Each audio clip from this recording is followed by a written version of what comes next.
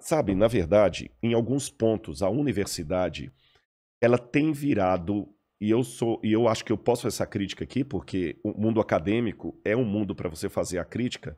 A universidade, em algumas instâncias, tem virado o mesmo padrão cultural da Europa da Idade Média. Caramba! Por quê? Na Europa da Idade Média, o lema era Roma locuta, finita causa est. Roma falou, acabou. O que é dogma da igreja, você não pode questionar. Tá certo? Então, se nos dogmas da igreja estavam ditos que... Vou dar um exemplo para você. Por uma interpretação errada da Bíblia hebraica, Jerônimo traduziu que a terra permanece para sempre. Estate, que ele traduz em latim. Tá.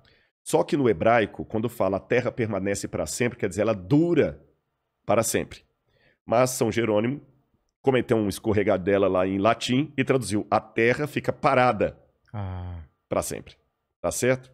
Aí você vê a briga de Galileu Galilei, quando quase foi execrado pela Inquisição da Igreja, pelo Santo Ofício, porque ele falou que a terra por si move.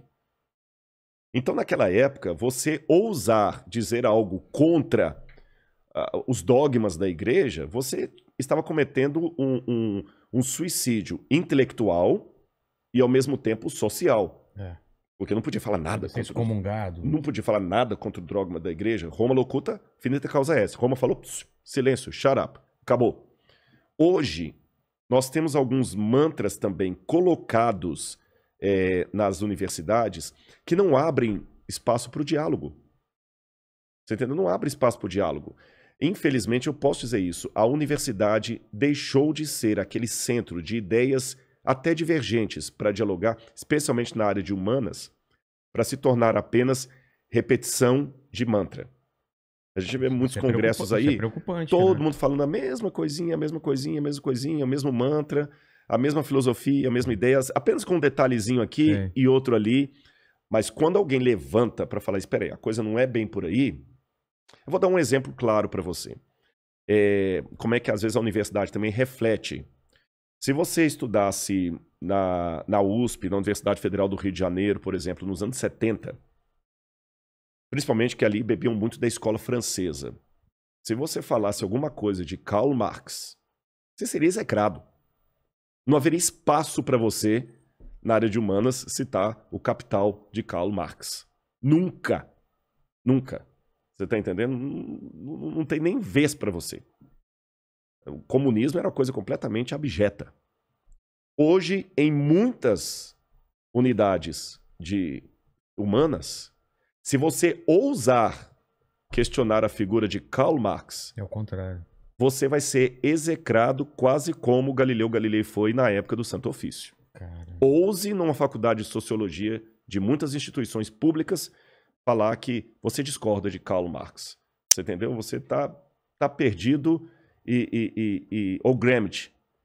Ou fale contra Gramsci. O pessoal vai te execrar. Então, você vê que a universidade, o Anísio Teixeira já dizia que a universidade deveria ser o lugar onde as ideias contrárias deveriam encontrar e viver em harmonia. Foi por isso que ela surgiu. E Anísio Teixeira, na sua empolgação, falava que nada poderia substituir... A palavra universidade já é uma coisa... Universidade. Aliás, a universidade surgiu até por isso, porque, na verdade, existem duas versões aqui da origem da universidade.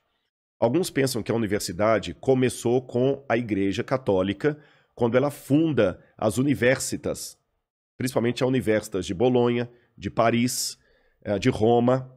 Mas naquela época, a Universitas era um lugar onde, ainda no predomínio da Idade Média, você só podia estudar se tivesse a bênção da igreja, tá certo? Então até os professores, para dar aula ali, ele tinha que ser alguém fiel aos dogmas da igreja.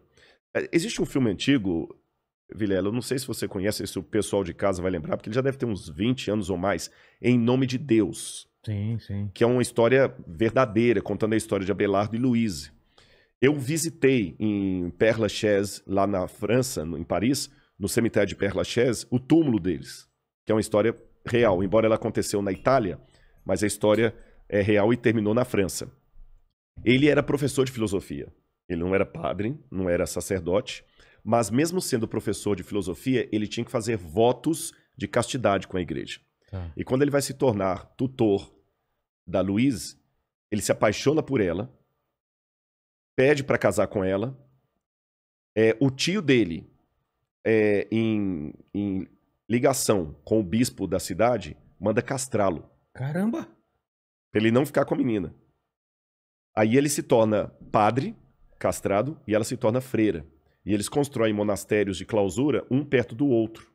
E ficavam trocando cartas de amor a vida toda, Nossa, até morrer. que desespero. Você nunca mais se vê. É bonito, é triste, Triste, mas é bonita. bonito, né? E você lê as cartas deles ali, ele pra ela pra ele, né? Falando assim, que sentimento é esse? Bom, mas essa história ilustra o que eu quero dizer. Naquela época, ele era professor, mas ele não podia se dar ao luxo de casar só porque ele era um professor formado por uma universitas. Todo mundo que estudava lá tinha que ter, em primeiro lugar, o título de teologia. Por isso que quase todos os que formavam nas universidades eram primeiro teólogo para depois ser outra coisa. Tá. Com o tempo, na época de Tomás de Aquino, Carlos Magno, que a igreja começa a valorizar a filosofia aristotélica, eles começam a falar, então tá bom, a filosofia, que era ancila teológica, como se diz em latim, a serva da teologia, agora ela é a mãe da ciência. Então quando você estuda lá, você tem que ser, em primeiro lugar, filósofo. É por isso que a gente, quando faz doutorado, na América eles chamam de PhD, doutorado em filosofia, mas o cara é físico. Mas ele é um PhD, doutor em filosofia. Ele é médico, né? Ele é pastor, mas ele fez um PhD, doutorado em filosofia. Nunca estudou filosofia. Filosofia virou nome genérico. Entendi.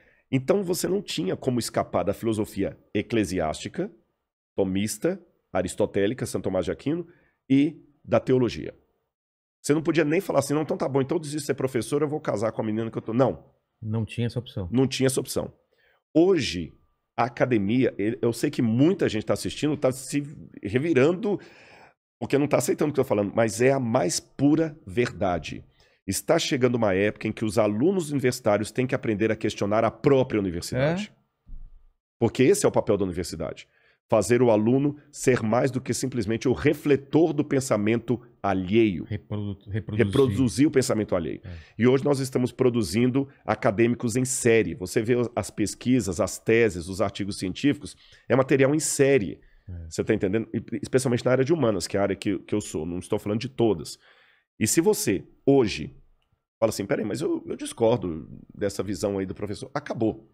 Não tem mais vez para você. Se você não compra as pautas sociais com o discurso que é dito hoje dentro, você está execrado pelos professores, pelo diretório estudantil, você está entendendo? E quem vai fazer mestrado e doutorado sofre muito.